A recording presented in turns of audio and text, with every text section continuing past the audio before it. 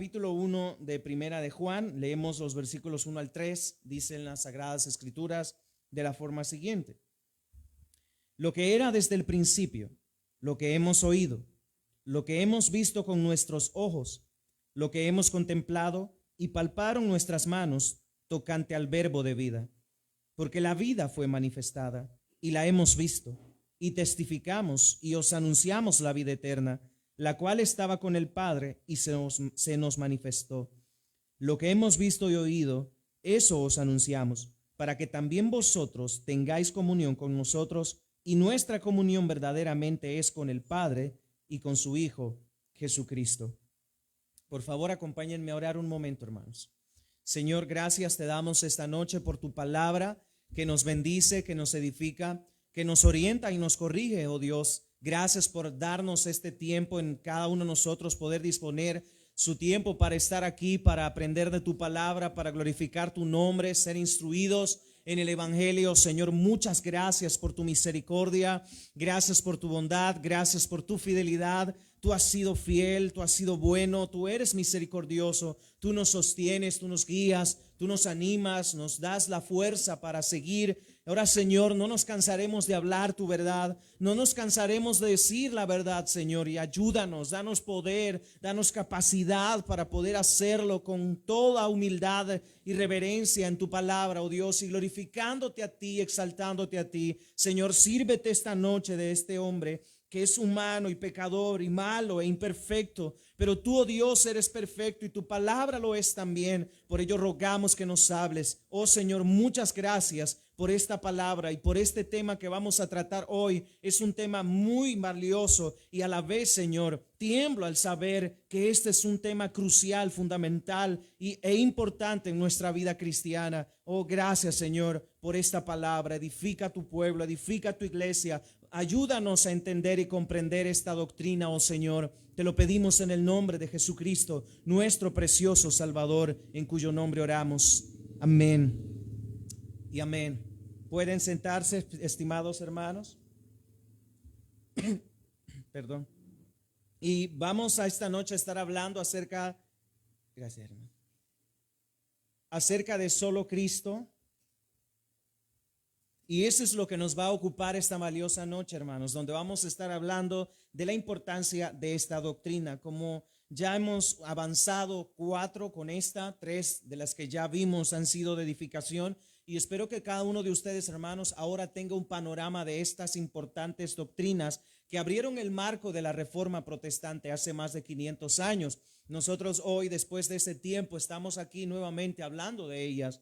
Lastimosamente, y me da mucha tristeza ver que en muchos círculos cristianos no se habla de esto y casi muy pocos creyentes conocen estas 5 solas. Yo hablaba con mi esposa esta semana y le dije que yo conocí estas solas hasta que llegué a un instituto bíblico. De no ser eso, no habría escuchado nunca de la Reforma, ni mucho menos acerca de las 5 solas que abrieron este marco valioso, de lo cual nosotros hoy somos testigos y aparte deudores de aquellos hombres que dieron todo para poder traernos la palabra de Dios en nuestro propio idioma. Y estas doctrinas, las cuales son fundamentales y tienen un eje central en el cual circula toda la iglesia. Y es importante que entendamos que si estas doctrinas fueran desacreditadas, todo el cristianismo, sería derribado, sería derrumbado, porque de ello depende nuestra fe, de ello depende nuestra cristiandad, nuestra vida como creyentes. Y eso es la iglesia, hermanos. Porque la mayoría de creyentes llegan a una iglesia, se acostumbran a la liturgia, se acostumbran a lo que hacen, se acostumbran a todo, pero no indagan de dónde venimos, por qué estamos así, por qué hacemos lo que hacemos, por qué hablan de esa manera, de dónde provino la Biblia, quién la escribió. La gente no se pregunta estas cosas y eso preocupa en este tiempo, hermanos. Por eso yo les animo a que cada uno de ustedes pueda entender y comprender y más bien estudiar a profundidad cosas como estas. Yo sé que en cierta manera a algunos de nosotros nos costará debido a los recursos, a los medios o a la dificultad para utilizar los medios electrónicos que hoy se nos facilita en gran manera para tener esta información. Bien, dicho esto, hermanos, solus Christus es lo que nos va a ocupar esta noche. Y como ya vimos, el solo o solus o soli como nosotros hemos estado hablando, significa solo. Y en esta ocasión hablamos de solo por Cristo o solo por medio de Cristo. Y todo el meollo es la salvación. Y entonces nosotros entendemos a la luz de la palabra y de cómo los reformadores vieron esto y observaron esto, es que solo en Cristo está la salvación. Solo por medio de Cristo somos salvos. Y sea cual sea la época, queridos hermanos, en que nosotros vivamos, ya sea en el tiempo de la Reforma, ya sea en este tiempo del siglo XXI, siglo XX o más, nosotros entendemos a la luz de la vida y de la historia que el corazón humano tiende a ser muy idólatra. Y Juan Calvino lo dijo de esta manera, que el corazón humano es una fábrica de ídolos. Y eso es algo muy normal. Todos nosotros tenemos la noción de que existe un Dios y de que hay un Dios. Las diversas religiones ayudan a las personas de alguna manera llegar a Dios de formas que Dios no ha prescrito, de formas que Dios no ha transmitido. ¿Es el cristianismo entonces la única religión, si podríamos llamarle de esa manera, que nos orienta correctamente al origen de todas las cosas y nos lleva a comprender que hay un Dios creador, un Dios relacional que desea estar en comunión con nosotros y que desde el principio, desde que Adán y Eva pecaron, los cuales también escaparon de la presencia de Dios o trataron de escapar, desde entonces Dios ha procurado reconciliar al hombre consigo mismo. Independientemente, hermanos, la época que vivamos, el corazón humano siempre tiende a idolatrar algo, sea dioses o sean objetos, personas, cosas, sea lo que sea. El corazón humano siempre tiene una tendencia a idolatrar. Y esto es algo muy interesante, porque la mente humana está llena de orgullo y de audacia y se atreve a imaginar a un Dios según su propia capacidad. Y eso es lo que ha sucedido a lo largo de la historia. Y eso es lo que sucedió por más de 1000 años, hermanos, por más de 1000 años, desde el 313 que Constantino estableció la religión cristiana como la religión del imperio. Desde entonces el ser humano ha tratado de buscar a Dios, tratando de buscarlo por medio de Cristo, pero se desvió con el transcurrir de los años, con el transcurrir del tiempo. Y por más de 1000 años, hermanos míos, la iglesia y toda la gente se sumió en una densa oscuridad. Se les privó de las escrituras, se les privó de las doctrinas fundamentales, se les privó de todo lo que pueda contener gracia y misericordia y bondad de Dios. Y solamente quedó una iglesia que simplemente tenía autoridad, que promovía cosas que no estaban de acuerdo a las escrituras, pero como el pueblo no lo sabía, nadie decía nada. Y esta doctrina de solus Christus se destacó durante la Reforma. Y esto fue cuando los reformadores identificaron el problema de una iglesia que eclipsaba a Cristo, lo tapaba, ponía otras cosas, a otras personas u objetos, reliquias, papas, concilios, por encima de la autoridad de la palabra y por encima de Cristo mismo. Si bien es cierto, la iglesia en verdad católico romana cree en que el sacrificio de Cristo bastó para la salvación de los pecadores, pero no fue suficiente, ese es el punto, sino que necesitamos los sacramentos, concilios y que la iglesia nos declare santos, algo por el estilo. Entonces esta doctrina surgió en un tiempo donde esto estaba ocurriendo. La iglesia eclipsó a Cristo, una iglesia que se arrogaba prerrogativas propias que solo le pertenecen a Cristo. Y este problema, hermanos, inculcó en los reformadores la necesidad de eliminar cualquier cosa que pudiera eclipsar la absoluta brillantez de la supremacía de Cristo, nuestro Señor, nuestro Salvador. Y los reformadores identificaron claramente este problema y aportaron una solución bíblica y teológica ampliamente explicada en libros, prédicas, tratados y de todo tipo. Libros que fueron condenados por la iglesia, libros que fueron quemados, no en su totalidad. Hace 2 días estaba viendo la historia de Juan Hus, un pre-reformador allá por el siglo XV, antes de Lutero, 100 años antes de Lutero. y estaba observando, hermanos, cómo la iglesia eclipsaba la gloria de Cristo y promovía la gloria de la iglesia y no la gloria de Cristo. Y es increíble. Entonces, a manera de poder comprender cuán importante, mis amados hermanos, es esta doctrina de la salvación solo por medio de Cristo, debemos ir al trasfondo de esta doctrina. ¿Cómo es que surgió? ¿Por qué? ¿Cuál fue el problema? Y como ya hemos hablado, el problema subyace, hermanos míos, en una iglesia fuerte, hablando de la Iglesia Católica Romana. Vuelvo a aclarar, hermanos, que nuestra intención no es que nosotros odiemos a los católicos romanos, no es que nosotros sintamos ese cosquilleo en nuestro corazón para odiar a un católico. No, los debemos amar porque ellos, como nosotros, un día estábamos en oscuridad, siguen en oscuridad y necesitan que la luz del evangelio ilumine sus vidas. Y a principios del siglo XVI, la iglesia, hermanos amados, ocupaba un lugar central en la vida de las personas en Europa. Toda Europa conocida, toda la parte occidental, todo lo que se conocía en el área occidental durante siglos anteriores, hermanos, la Iglesia Católica Romana había evolucionado de la compañía de los salvados a la compañía de la salvación. Se denominaba la compañía de la salvación porque ellos creían que solo por medio de la iglesia y solo a través de la iglesia y de lo que la iglesia decía, una persona podía ser salvada. Solo a través de la iglesia. Fuera de la iglesia no hay salvación, era lo que decían.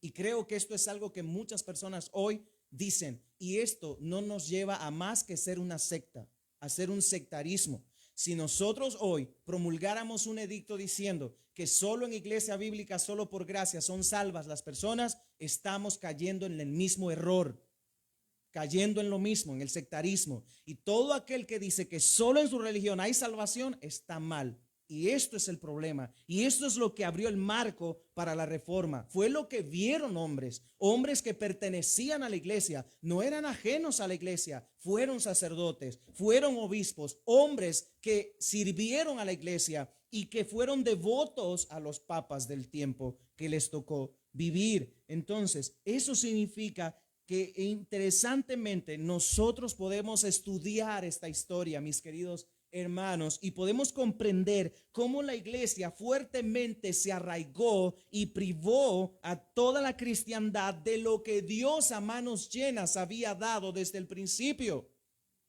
Ellos cerraron la puerta en la cara a los que querían entrar y les imponían lo que ellos decían, no lo que la palabra de Dios prescribía. Entonces Lutero reconoció en su época la gente se había vuelto esclava del sistema sacramental de la iglesia, hermanos. Se había vuelto esclava de la iglesia católica romana y en lugar de buscar a Cristo, su posición ante Dios, buscaban en la iglesia.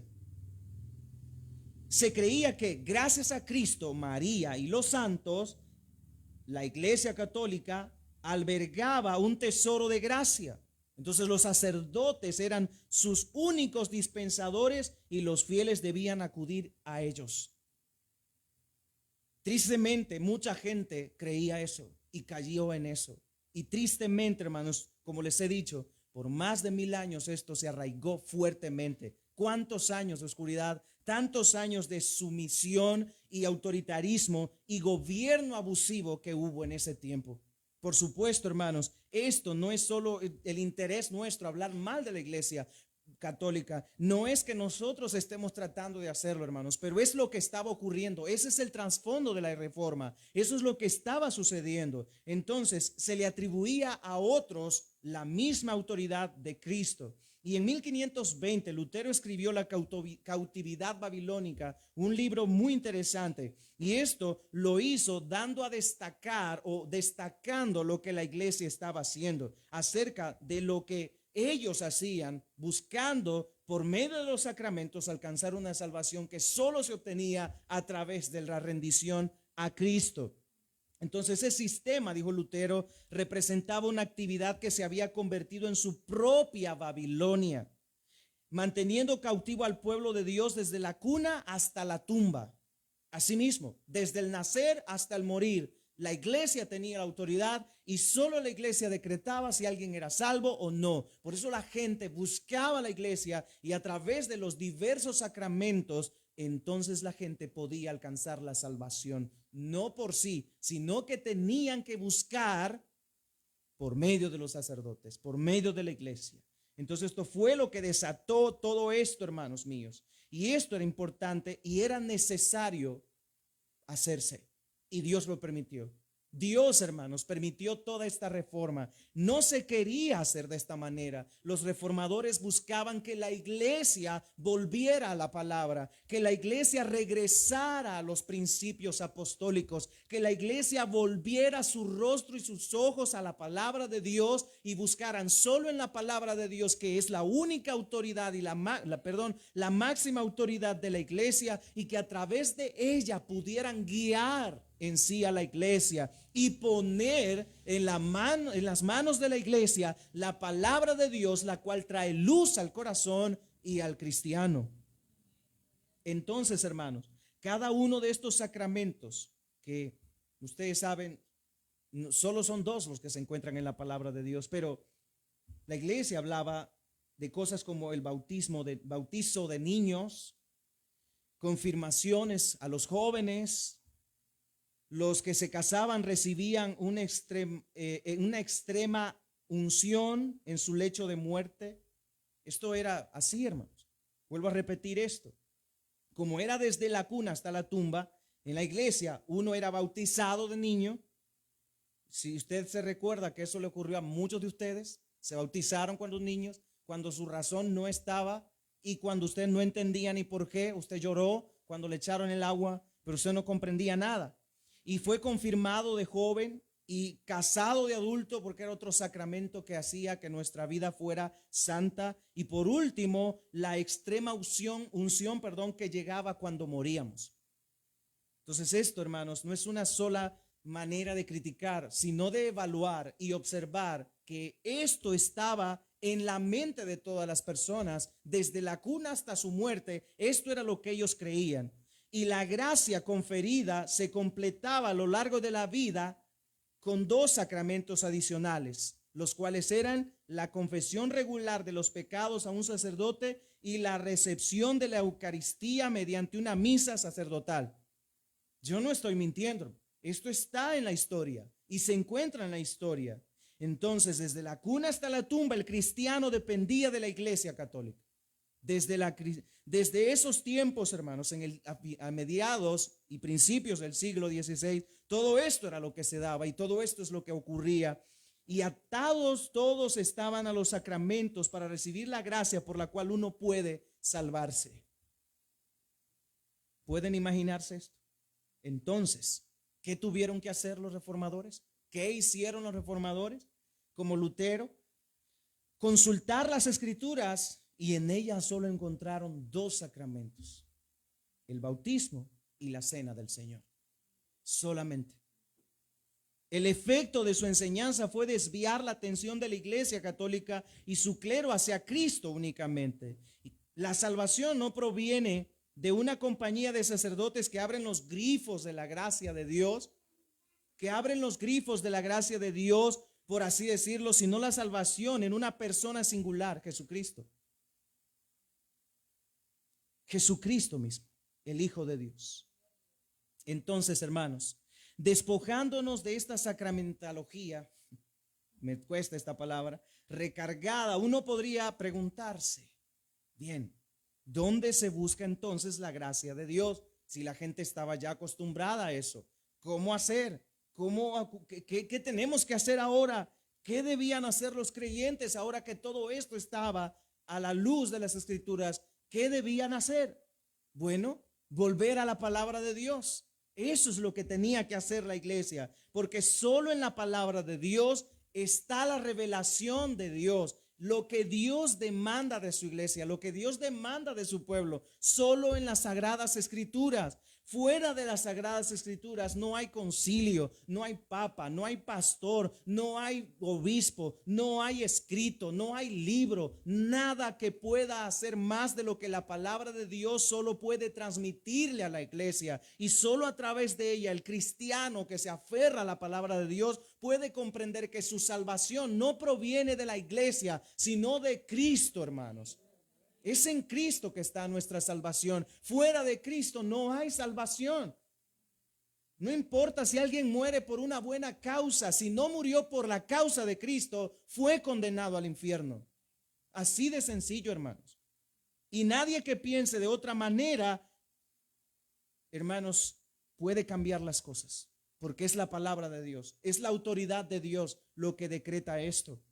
Solo en Cristo hay salvación, dice la Escritura. Entonces, es la Biblia el único lugar donde podemos encontrar al Cristo revelado. Desde Génesis hasta Apocalipsis, todo el Antiguo Testamento nos anunció al Salvador. En los evangelios vemos la llegada del Salvador. En los libros de los Hechos vemos la obra del Salvador. Y en el final, en las cartas, vemos cómo la consumación de la obra del Salvador sigue su curso. Y al final en Apocalipsis vemos completada la obra de la salvación en Cristo, del Salvador. Entonces, en toda la Escritura es donde vamos a encontrar a Cristo, el Cristo bíblico, histórico, y es donde acudieron los reformadores para completar su imagen de Cristo, imagen que había sido eclipsada, distorsionada por la iglesia, poniendo en lugar de Cristo a otros.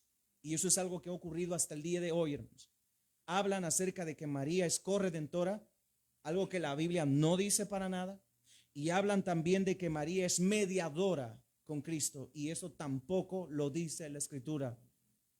Y hermanos, sé que muchos de nosotros en otro tiempo creímos esto y en verdad lo hicimos y lo defendimos y en verdad algunos de nosotros lo hacíamos por ignorancia, pero venida la gracia, la luz del evangelio que abrió nuestro entendimiento, Cristo mismo se reveló a nosotros, hermanos, a través de la palabra de Dios. Y nosotros comprendimos el error en el que nosotros nos encontrábamos. Y esto, mis hermanos, no es algo que nosotros digamos o que podamos alardear de que nosotros somos mejores que los de la Iglesia Católica Romana. No estamos diciendo eso. Simplemente estamos diciendo que cuando nos apartamos de la verdad, de la palabra de Dios, nos apartamos de Dios y nos vamos por un camino incorrecto y terminamos perdidos.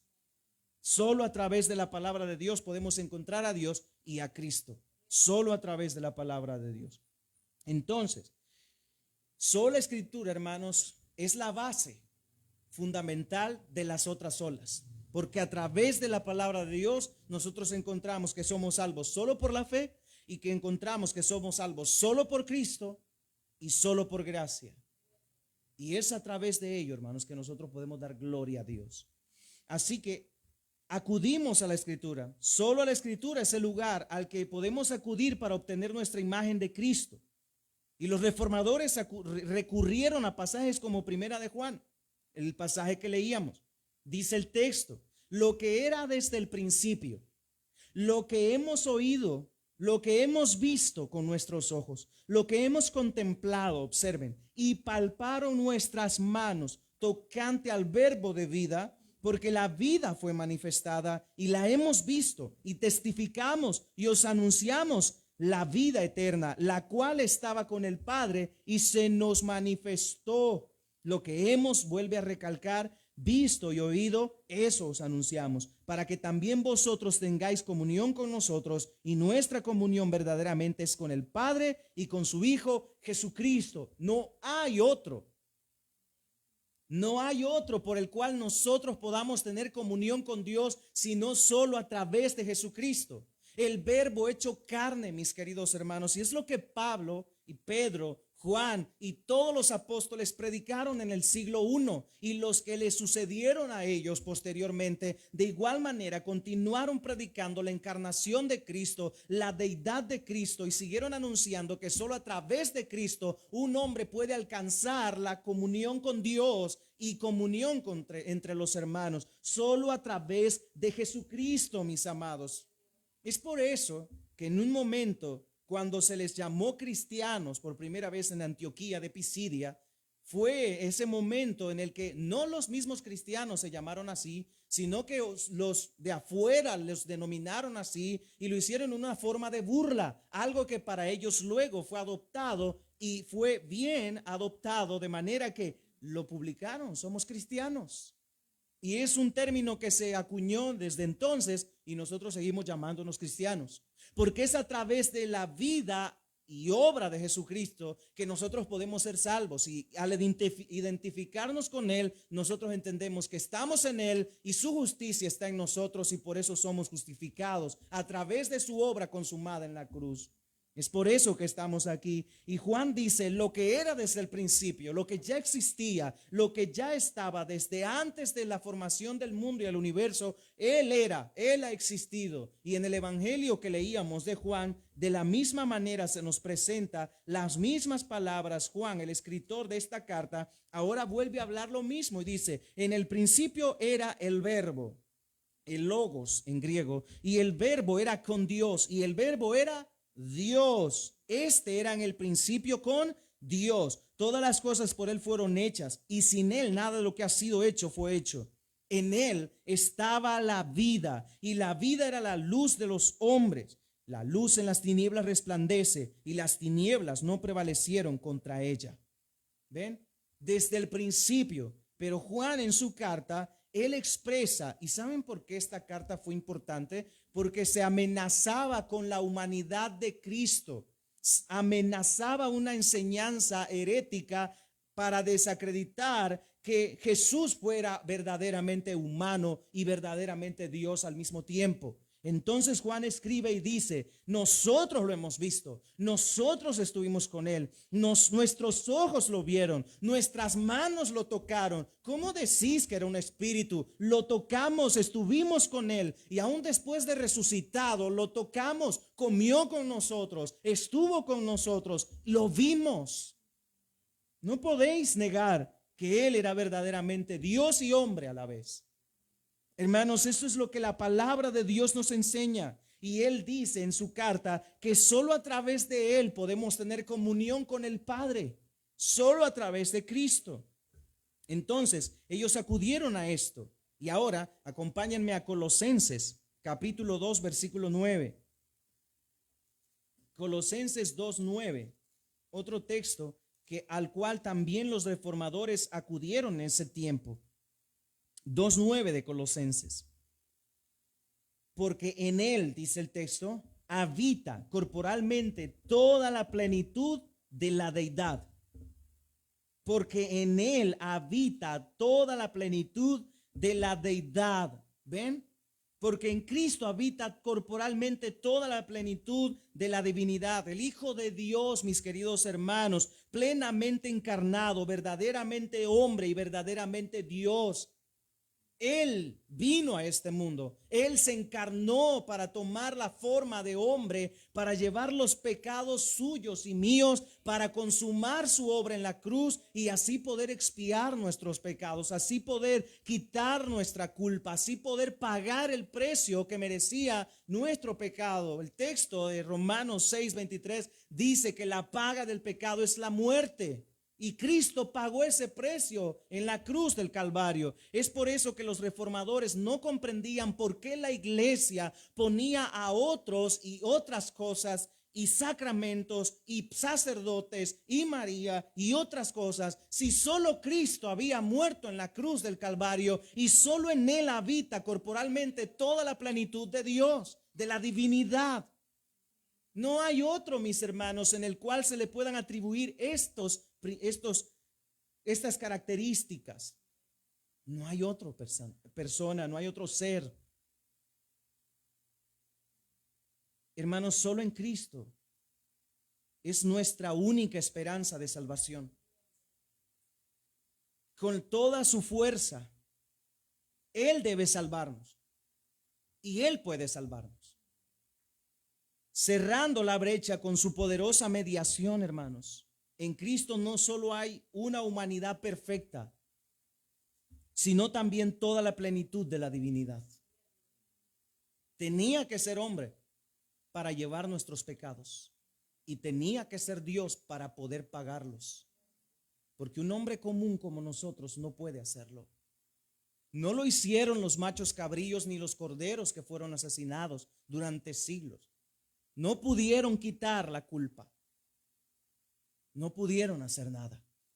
Pero como Juan mismo en Juan 1 lo expresa, he ahí el Cordero de Dios que quita el pecado del mundo.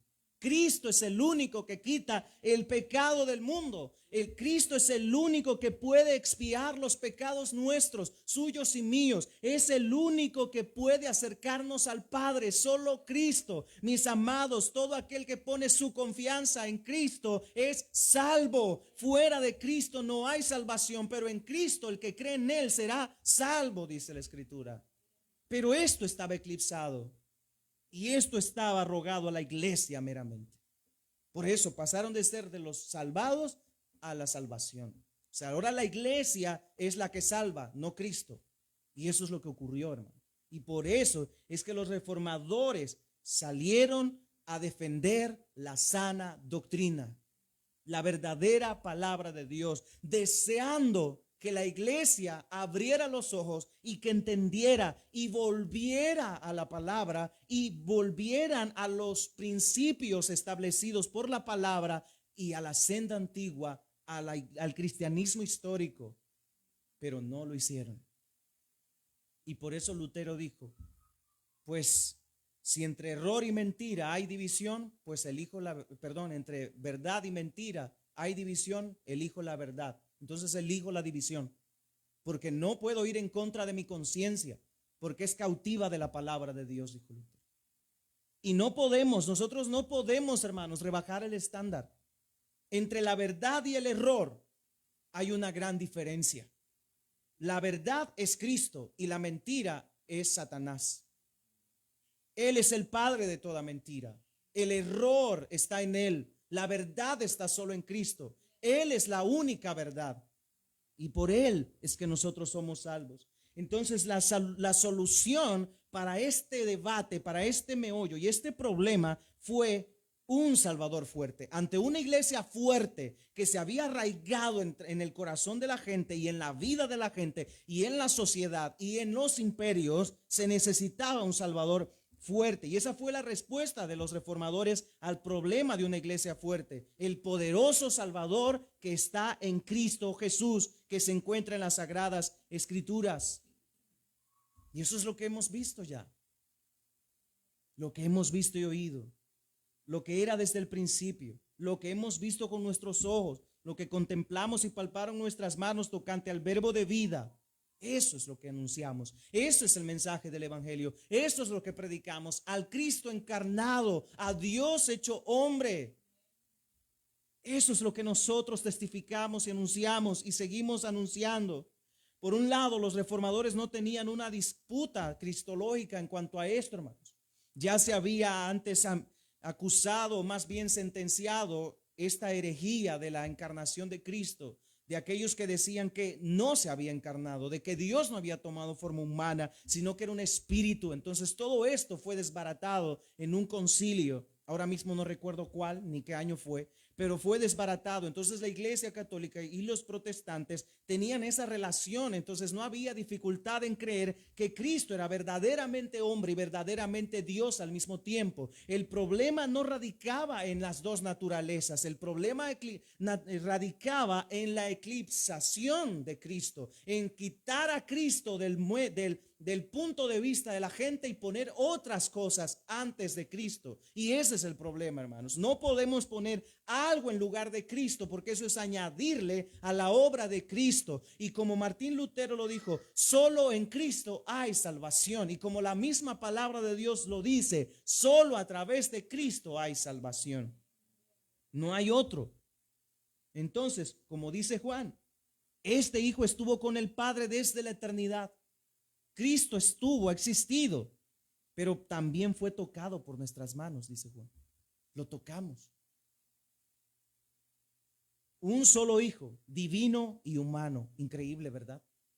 Algo que nuestra mente finita no puede comprender. ¿Cómo es dos naturalezas al mismo tiempo? ¿Cómo es que Cristo era hombre y Dios a la vez? Esto, hermanos, nos suele ser un tanto imposible de creer, pero la pregunta es, ¿habrá algo imposible para Dios? ¿Podemos nosotros limitar a Dios a lo que Él puede o no puede hacer?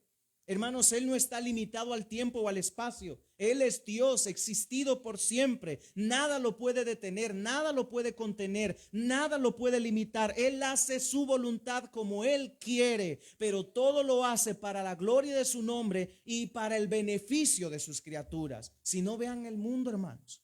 Tenemos oxígeno y vivimos a través de Él. Respiramos, trabajamos, comemos, tenemos cosas que Dios nos ha provisto a manos llenas. Entonces Dios se ha revelado en su palabra. Y esto es como si los reformadores, hermanos, en sus predicaciones y escritos, tomaron el pincel y llenaran el panorama de la salvación solo con Cristo. Solo con Cristo. Tomaron el lápiz y dibujaron y pincelearon y ahí estaba Cristo, aparentemente, y por así decirlo. Ni siquiera la más mínima pincelada podría mostrar a la Iglesia Católica Romana y a sus sacerdotes como atribuyentes de ese panorama. No se puede decir que a través de la Iglesia somos salvos. Por eso la excomunión era algo muy, muy practicado. Y se creía que aquel que era excomulgado de la iglesia era excomulgado del cielo. Pero eso no está en las Escrituras. Yo creo en la excomunión. Claro está que la palabra de Dios nos habla de la excomunión. Jesús habló a sus discípulos de la excomunión. Aquel que no entienda ni por uno, ni dos, ni tres, ni por la iglesia, tenedlo por gentil y publicano, dijo Jesús. En otras palabras, excomúlguenlo. No es cristiano. Eso no significa pónganlo en la última banca y no le hablen. Eso significa que no es creyente y no puede tener privilegios ni ninguna cosa dentro de la iglesia, pero es una persona que si la gracia de Dios le place salvarlo, lo salvará. Porque para eso es la disciplina, buscar la salvación del penitente. Ese es el propósito de la disciplina, mis queridos hermanos. Suena un tanto raro para ustedes, ¿verdad? Porque esa palabra ni la conocíamos, ni siquiera la mencionan. ¿Por qué, hermanos? Porque cada cual quiere vivir como le da la gana y hacer lo que le place dentro de la iglesia y que la iglesia no le diga nada. Pero eso no es lo que la palabra de Dios dice. Pero ahora, volviendo al tema, volviendo a esto, hermanos, no hay nada que pueda excluirnos del cielo si estamos en Cristo. Es a través de Cristo que es nuestra entrada al cielo. Él es la puerta de las ovejas. Y Él es a la vez el pastor que guía nuestras almas. En otras palabras, hermanos, todo esto llevó a una teología de la cruz. Todo esto que he explicado, todo esto que he hablado, lleva a un foco crucial e importante, a una teología de la cruz. Pablo mismo lo dijo, nosotros no nos predicamos a nosotros mismos, predicamos a Cristo y a este crucificado. Se dice que hay una famosa pintura de Lutero en la iglesia de la ciudad. Voy a mencionar el nombre, no soy bueno con el alemán, pero bueno, Stadtkirche, disculpen hermanos, de Wittenberg. Una iglesia donde aparece predicando desde el púlpito y levantando la mano con el dedo índice extendido señalando a Cristo en la cruz. En otras palabras, Él es el consumador de nuestra fe. Él es el Salvador. Y eso, hermanos, es lo que es central en la iglesia. Eso es lo que es central en la teología. Eso es lo que es central, el Cristo crucificado. A través de ese sacrificio es que los hombres pueden reconciliarse con Dios. Es a través de ese sacrificio en que el hombre puede encontrar a Dios. Fuera de Cristo no hay salvación, hermanos. No fuera de la iglesia. Fuera de Cristo no hay salvación. Cuando Lutero dijo que solo la cruz es nuestra teología, esto fue una afrenta a todo el sistema católico romano. Entonces, Solus Christus impulsó todo el programa de la reforma en la iglesia. Por supuesto, esta frase no fue acuñada sino hasta el siglo XX, hermanos. Solus Christus, como tal, fue acuñada hasta entonces y conocida como tal.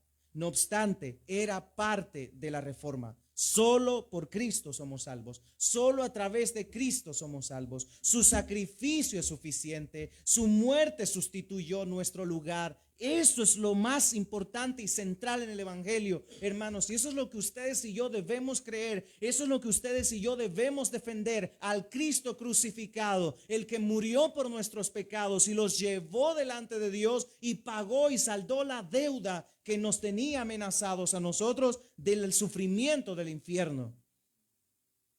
Así Lutero y los otros reformadores, al tratar de repasar los efectos de la enseñanza dañina acerca de cómo somos hechos justos ante Dios, fueron eliminados. Fueron eliminados las tradiciones acumuladas y se centraron en Cristo. Se centraron en Cristo. Es por eso, hermanos, que nosotros no podemos decir que aquella persona que no se bautiza no será salva. Ahora, si sabiendo que debe bautizarse y pasa el tiempo y no lo hace, es porque hay un problema. Pero de otra manera, si es una persona que muere de repente, como el hombre en la cruz, hermanos, no se bautizó, no sirvió al Señor, no hizo nada, pero el Señor le dijo: hoy mismo estarás conmigo en el paraíso. Y murió y está con Cristo y estará en la resurrección junto con nosotros también, porque no son los sacramentos, no hay obra alguna más que la que pueda hacer más que la obra que Cristo y solo Cristo hizo en la cruz, queridos hermanos. No hay nada que más que se pueda añadir a esto. Entonces, hermanos, siempre nos vemos tentados a seguir una teología de la gloria, siempre, que contamina la imagen pristina de la salvación que nos da la palabra. En otras palabras, una teología de la gloria busca a Dios, pero ignora la cruz. Puede buscar a Dios, pero si ignora la cruz, no está buscando a Dios. No está buscando a Dios. Introduciendo así artimañas humanas para alcanzar a Dios por medios humanos, por obras humanas, pero no a través de la obra de Cristo en la cruz. Entonces, el solus Christus fue necesario en el siglo XVI y lo es ahora también en el siglo XXI. Para insistir en que nuestra relación con Dios solo puede ser mediada por Cristo. Solo por Cristo. Y eso es lo que significa esta frase. Solus Christus significa que la salvación se encuentra solo en Cristo, excluyendo así todo, escuchen, todo otro camino para llegar a Dios. No hay otro camino, hermanos. Lean lo que dice la palabra. Evangelio de Juan 14:6. No hay otro camino para llegar al Padre. No lo hay, queridos hermanos, ni lo habrá, no lo hubo, ni lo habrá nunca. La palabra de Dios dice claramente en Evangelio de Juan 14:6, Jesús mismo hablando dijo: yo soy el camino y yo soy la verdad y yo soy la vida. Y él declara: nadie viene al Padre sino por mí. No es a través de los santos, no es a través de la iglesia, no es a través de María, es a través de Cristo, mis amados hermanos. Solo a través de Cristo, porque Él es el camino. Él nos trazó el camino. Él vivió la vida que ninguno de nosotros puede vivir y sufrió la muerte. Vuelvo a repetir esto, que ninguno de nosotros puede sufrir. Usted puede morir y como mártir, pero su sangre no expiará sus pecados. Solo la sangre de ese Cordero perfecto inmolado en la cruz quita el pecado del mundo. Solo Él, mis queridos hermanos. Dios prometió un Salvador. ¿Recuerdan Génesis 3:15, el protoevangelio, cuando Dios habló a Adán y Eva y les prometió un Salvador? Él lo hizo, lo prometió cuando Él podía haber acabado con la raza humana y haber terminado con toda la creación y haber hecho todo de nuevo o no hacer nada porque estaba satisfecho en sí mismo. Dios decidió prometer un Salvador. Dios decidió hacerlo por su voluntad, por el propio hecho de que Él es Dios. Y la palabra en Génesis 3:15 nos dice eso. Dios prometió un Salvador. Y cuando leemos Isaías 53, nosotros vemos cómo este Mesías vendría y sufriría. Y al leer todo el Antiguo Testamento, usted se dará cuenta tan claro cómo Dios prometió ese Salvador. Incluso muchos estudiaron, buscaron, indagaron cuál sería el tiempo, la fecha exacta en la que aparecería, pero no pudieron dar con la fecha, porque el día y la hora nadie sabía en que iba a aparecer el Cristo. Nadie sabía el día y la hora en que habría de venir el Salvador para ir y morir en la cruz. Nadie lo sabía, mis queridos hermanos. Y Él se fue y nos encargó: quédense aquí y esperen a mi regreso. Hoy nadie puede decir tampoco, mis queridos hermanos, que saben el día y la hora en que Cristo volverá. Las Escrituras son claras y dice: nadie sabe el día y la hora en que Cristo regresará por su iglesia, pero Él volverá, Él vendrá otra vez. Tal y como Dios lo prometió, que Él enviaría un Salvador, Dios cumplió su promesa. El Salvador vino, fue a la cruz, murió, consumó el precio por nuestros pecados y ascendió a los cielos y está a la diestra del Padre, esperando el momento indicado para volver por su iglesia. No a morir como cordero, sino como león a rugir y a resucitar a los muertos en Cristo y a transformar a los que estén vivos. ¿No anhela eso usted, hermano? Estar ya con Cristo. Qué hermoso será eso, hermanos. Jesús dijo que es el único camino al Padre. No hay otro camino, hermano. No hay otro. Puede buscar en cualquier lado. Fuera de Cristo no hay salvación. Y lo repito una y otra vez, porque fuera de Cristo no hay salvación. No importa en qué confiemos. Si no estamos confiando en Cristo, estamos perdidos. Si usted confía en sí mismo, está perdido. Si usted confía en una iglesia, está perdido. Si usted confía en sus obras, está perdido. Si usted confía en otro que no sea Cristo, está perdido. Es en Cristo. Él es el único camino al Padre. No puede llegar por tomando atajos. En el libro El progreso del peregrino, hay unos que entran por un muro, se saltan el muro y entran al camino, y Cristiano se asusta y dice: ¿Y ustedes? Vamos en el mismo camino, pero ¿por dónde subieron el muro? Pero es que tienen que, no importa por dónde, lo importante es que estemos en el camino. No, lo importante es entrar por la puerta y caminar por el camino. Y la Biblia dice: ancha es la puerta y espacioso el camino que lleva a la perdición, mas angosta es la puerta y angosto el camino que lleva a la vida eterna. Muchos entran por la puerta ancha y caminan por el camino amplio. Pocos son los que entran por la puerta estrecha y caminan el camino angosto. Pocos.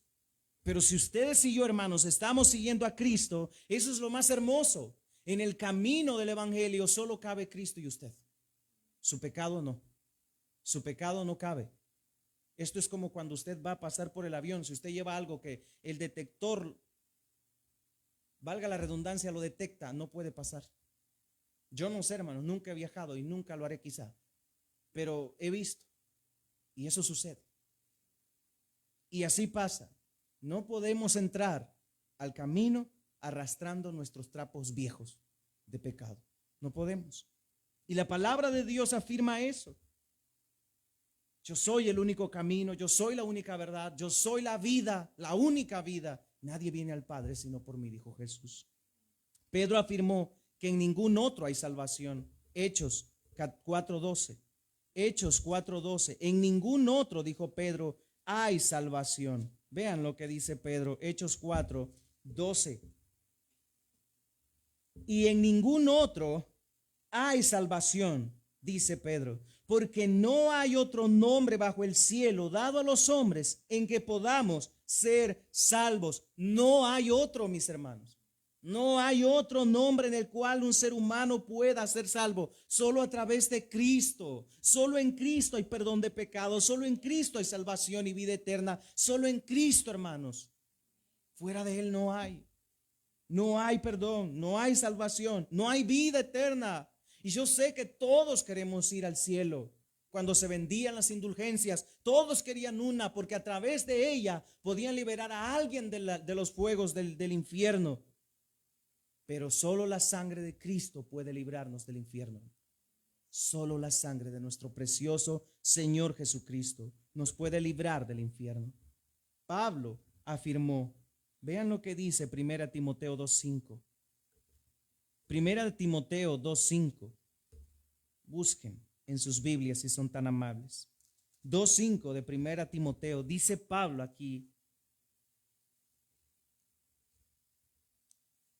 porque hay un solo Dios, y vean esto, y un solo mediador entre Dios y los hombres, Jesucristo, hombre. Un solo mediador, un solo Salvador, un solo camino, una sola verdad. No hay más, hermano. No dicen los textos que es uno de los mediadores, no dice que es uno de los salvadores, tampoco dice que es uno de los caminos. Es el único camino, la única salvación, el único mediador entre Dios y los hombres, Jesucristo. Mis hermanos, tan claro como eso es lo que las Escrituras nos dan a conocer. No hay sacramento, concilio, papa o reliquia espiritual o lo que sea que pueda hacer más que lo que Cristo hizo. Él es el único que media entre Dios y los hombres. Solo a través de Él podemos ser reconciliados. Por eso Pablo en Romanos habla y dice que ahora no hay condenación para los que están en Cristo Jesús. Hermanos, es en Cristo, solo en Él. Y Pablo afirmó eso. Y la carta a los Hebreos, hermanos, nos presenta a Jesús como el mediador de un nuevo pacto. Hebreos 8:6 dice: pero ahora tanto mejor ministerio es el suyo, cuanto es mediador de un mejor pacto establecido sobre mejores promesas. Ahora lean el 9:15 conmigo, de Hebreos siempre. Dice la Escritura: así que por eso es mediador de un nuevo pacto, para que interviniendo muerte para la remisión de las transgresiones que habían bajo el primer pacto, los llamados reciban la promesa de la herencia eterna en Cristo. 12:24 de Hebreos. Dice la Escritura: a Jesús, el mediador del nuevo pacto, y a la sangre rociada que habla mejor que la de Abel. Todo el libro o la carta de Hebreos presenta a Jesús como el sumo sacerdote, quien entró a la presencia de Dios no con sangre ajena, sino con su propia sangre para quitar nuestros pecados. ¿Qué más obra puede hacerse? ¿Quién más puede hacer algo como lo que Cristo hizo? ¿Quién más puede vivir la vida que Cristo vivió? No hay justo ni aún uno. No hay hombre que entienda ni busque a Dios. Nadie puede alcanzar la salvación por sus propios méritos. Es a través de la obra de Cristo, mis hermanos, en que un hombre y una mujer puede ser salva del infierno y de la condenación eterna. Solo en Cristo. Permítanme. Disculpen. Hermanos, solo en Cristo.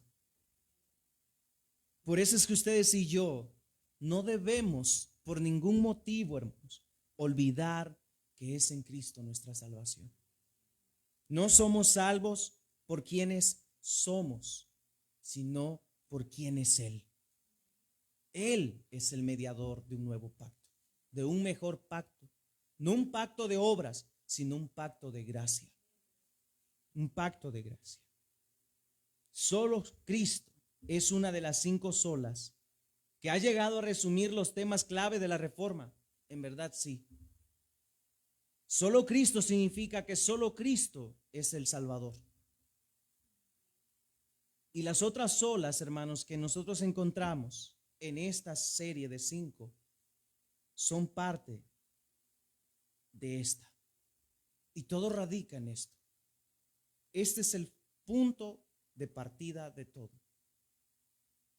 La palabra de Dios y estas doctrinas. Hermanos, nosotros afirmamos que somos salvos solo por Cristo, aparte del mérito de cualquier otro u otra persona. ¿Por qué? Porque solo Jesús es el Rey de Reyes. Porque solo Jesús es el sumo sacerdote, porque solo Él es nuestro redentor, porque solo Él es el único mediador entre Dios y los hombres. Hermanos, el intento de usurpar o compartir esas posiciones es una prepotencia que blasfema el nombre del Señor. Atribuir esas funciones a otra persona como María es igualmente incorrecto. Hermanos, yo quiero aclarar, el cristiano no odia a María. ¿Cómo vamos a odiar a otra persona? La Biblia nos llama a amar. Lo que no comprendemos es cómo se hace a ella corredentora si el único mediador del pacto es Cristo, no ella. Ella, al igual que nosotros, espera la consumación de la eternidad. Ella, al igual que todos nosotros, puso su fe en Cristo y es salva por medio de Él. Y es igualmente incorrecto, hermanos, decir que a través de ella podemos ser salvos. Solo en Cristo. Es Cristo y solo Cristo quien salva. Solo Él. No es nuestra justicia lo que nos salva, es solo la de Cristo. Solo la justicia de Cristo. Nos salvó no por obras de justicia que nosotros hubiéramos hecho, sino por su misericordia, por su gran amor con que nos amó, la justicia de Dios por medio de la fe en Jesucristo. Esto es lo que nos salva. Jesucristo es el que nos salva. La fe en Él, y el que cree en Él será salvo y no será condenado. Por muy buenas obras que nosotros hagamos y por muy fieles que seamos a una determinada iglesia o religión, no podemos ser salvos si no somos fieles a Cristo. Somos siervos inútiles, dice la Biblia. Cristo es solo Cristo y Él es digno de ser alabado, de ser exaltado. De principio a fin, hermanos, el Evangelio exalta a Cristo y solo a Cristo. De principio a fin. Él es el que vino del cielo a buscar lo que se había perdido. Él es el que obedeció perfectamente la ley. Él es el que fue crucificado y Él es el que resucitó de entre los muertos. Nadie más ha resucitado sino Cristo. Nosotros somos los receptores agradecidos de su generosidad. Hermanos, abra sus brazos y reciba la gracia de Dios, la bondad de Dios. El Evangelio no es solo un mensaje de lo que debemos hacer por Dios, es el mensaje de lo que Dios hizo por nosotros. Dios hizo por usted lo que usted no puede hacer por sí solo. Él pagó el precio, Él dio su vida, Él vino a este mundo, Él murió por nosotros. Ahora bien, hermanos, ¿nos queda claro? Solo a través de Cristo. No hay salvación fuera de Él. Solo en Él hay salvación. Amén. Oremos. Señor, gracias por tu preciosa palabra, tu bendita y poderosa palabra que nos hace saber que solo en Cristo somos salvos y que fuera de ti, oh Señor Jesucristo, estamos perdidos. Gracias por hablarnos, gracias por bendecirnos y gracias por hacernos ver cuán importante es el sacrificio de Cristo, en el cual confiamos y en el cual estamos seguros y en el cual esperamos. Oh Cristo, gloria sea a ti por lo que hiciste por nosotros. Gracias por salvarnos, por perdonarnos y reconciliarnos con el Padre a través de tu precioso y perfecto sacrificio. Gracias, oh Padre Celestial, por enviar al Hijo en nuestro lugar para que llevase nuestros pecados y todos ellos fueran crucificados y llevados hasta el madero. Gracias, oh Cristo. Gracias, oh Dios, por tu misericordia y tu inmensa bondad. Te alabamos, oh Señor, y te glorificamos. Abre los ojos de tantos que están en el error. Abre los ojos de tantos que caminan en oscuridad y que se arrogan este derecho de ser salvos en ti, oh Cristo, poniendo a otros en medio, poniendo a otras personas en lugar de Cristo. Oh Señor, ten misericordia. Sé que tus ovejas escucharán, sé que tus ovejas verán, sé que tus ovejas entenderán y vendrán a ti, oh Señor. Hazlo, por favor. Quieras tú hacerlo en el nombre de Jesucristo. Amén y amén. Dios sea exaltado y glorificado a través de su palabra, hermanos.